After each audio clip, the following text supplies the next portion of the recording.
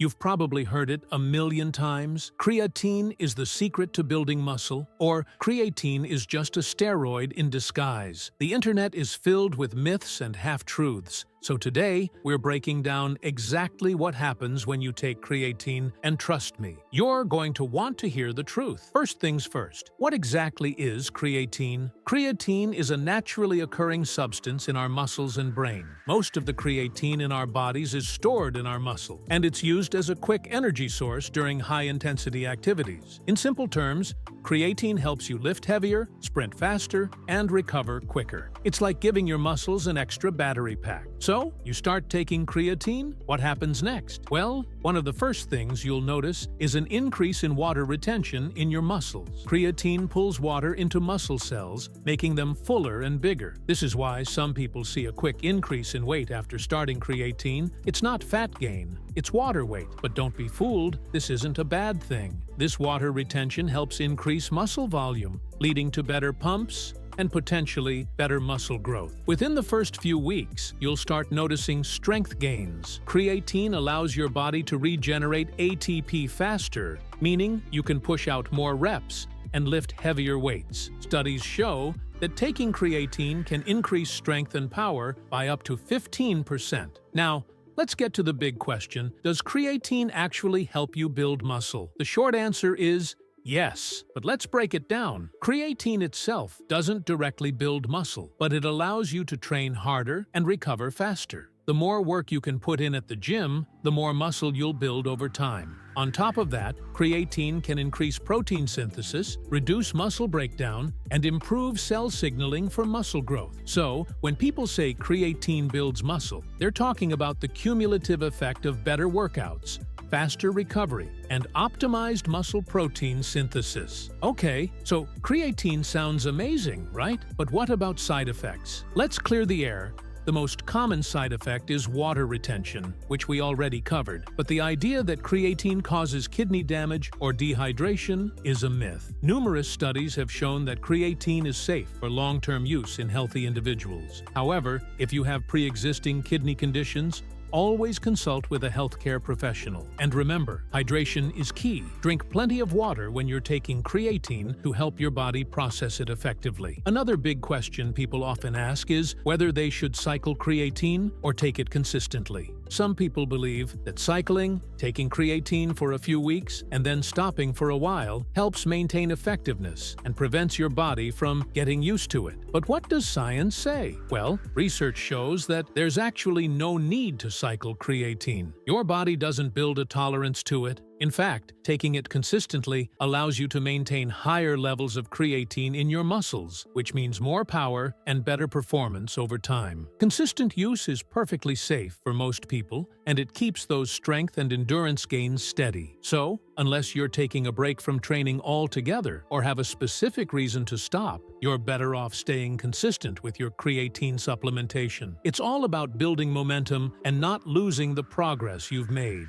Now, let's talk about choosing the right type of creatine. The market is flooded with different types: creatine monohydrate, buffered creatine, liquid creatine, and even creatine gummies. But which one should you go for? The answer is simpler than you think. Creatine monohydrate is the most researched form, and it's proven to be the most effective. It's also the most affordable option and has the highest absorption rate. All these fancy variations may promise better absorption or less bloating, but studies show that they don't offer any significant advantages over good old monohydrate. Now, most people think of creatine as just a muscle-building supplement, but here's something that might surprise you. Creatine doesn't just boost your physical performance, it can also enhance your mental game. Recent studies have shown that creatine supplementation can actually improve cognitive function, especially in tasks that require memory and quick thinking. How? Well, just like creatine helps fuel your muscles, it also provides energy to your brain. Creatine increases the amount of ATP available, which is the energy currency of your cells, including those in your brain. This means more mental stamina, better focus, and even improved short-term memory, especially during tasks that require a lot of concentration. So, whether you're lifting heavy in the gym or grinding through a long study session, creatine could give you that extra mental boost you didn't even know you needed. We've talked about creatine's role in building muscle and boosting performance, but did you know creatine has some pretty impressive long-term health benefits? This isn't just about hitting the gym.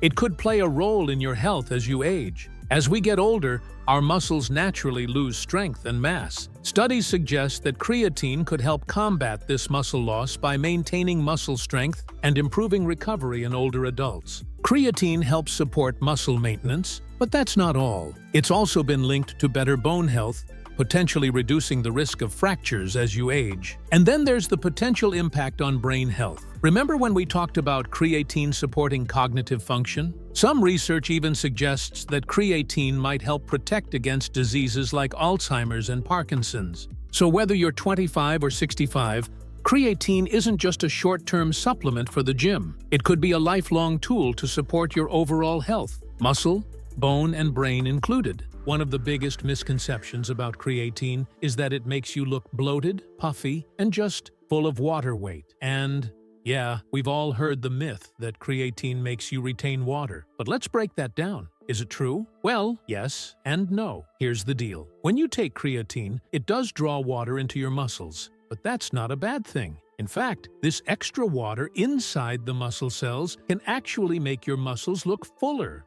more pumped, and stronger. That's the key. This water retention happens inside the muscle cells, not under your skin, where it would make you look bloated. So, if you've ever been afraid of using creatine because you don't want that puffy look, trust me, that's not how it works. As for dosage, the standard approach is to start with a loading phase, 20 grams per day, split into 4 doses, for about 5 to 7 days. After that, a maintenance dose of 3 to 5 grams per day is all you need to keep your muscle stores saturated. And remember, consistency is key. Take your creatine every day, ideally around the same time, and always pair it with plenty of water to help with absorption. Don't get caught up in all the marketing hype. Stick to creatine monohydrate, follow the right dosing strategy, and you'll be on the right track. So, is creatine right for you? If you're looking to increase strength, improve muscle endurance, and speed up recovery, then absolutely. It's one of the most researched and effective supplements on the market.